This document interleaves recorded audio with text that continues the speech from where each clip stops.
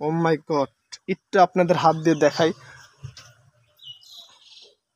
দেখছেন আসলে কি অবস্থা। আপনার এই যে ছাতাটা একটু দেখেন, এই যে শেওলি পড়ছে, এই শেওলিটা পাইবে একদিন দুই দিন যাইতে যাইতে কি হবে, মুখটা বন্ধ হয়ে যাবে, তাই না?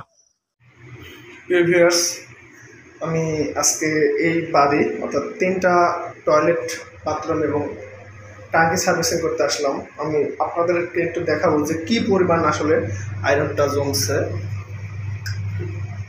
পানি আসতেছে না, হ্যান্ড পোস্টার দেখায়, দেখতে পাচ্ছেন কোনো পানি নেই, হয়তো কয়েকটা ছিদ্র ক্লিয়ার আছে।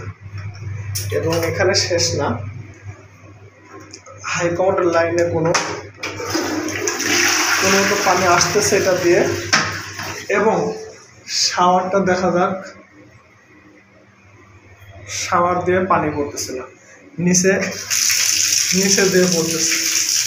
মানে একই বাথরুমে এটা বন্ধ, হ্যান্ড পুশ বন্ধ, আপনার হাই কমান্ডের লাইন আছে, নিচে টেবিল লাইন আছে, অথচ শাওয়ারের টাইম পানি নেই।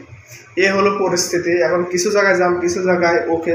কারণ টাঙ্কির পরিস্থিতিটা কি আপনাদের একটু আমি দেখাই। তো এই যে ভিউয়ার্স, আমি টাঙ্কির সামনে দিয়ে যাচ্ছি। আসলে একটু মুখটা খুলো তো, আপনাদের পরিবেশটা দেখাবো। এখন আমি দেখি নাই, যেহেতু বন্ধ হয়ে গেছে, এটা আপনাদেরকে একটু দেখাই। টান দেখ, খুলছে। ও মাই গড, একটু আপনাদের হাত দিয়ে দেখাই, দেখছেন আসলে কি অবস্থা। আপনার এই যে ছাতাটা একটু দেখেন, এই যে শেওলি পড়ছে, এই শেওলিটা পাইবে একদিন দুই দিন যাইতে যাইতে কি হবে, মুখটা বন্ধ হয়ে যাবে, তাই না? কারণ যে লাইনগুলো থাকে বিপককের শাওয়ারের অতি সূক্ষ্ম চিকন, তো এটা তো নষ্ট, সাথে শাওয়ারের কনসিল শুদ্ধ নষ্ট হয়ে গেছে, একদম পুরা অবস্থা কিন্তু খারাপ। দেখেন আসলে আমি এর জন্য বাড়িওয়ালাদেরকে বলি যে প্রতি 6 মাস পর অগত সার্ভিসিং করবেন, যাতে এই সমস্যাগুলো না হয়। এখন দেখেন পুরা এই যে বিল্ডিংয়ের পুরা পাইপ যদি এখন জাম হইতো, তাহলে সব জায়গায় তার ওপেন থাকে না।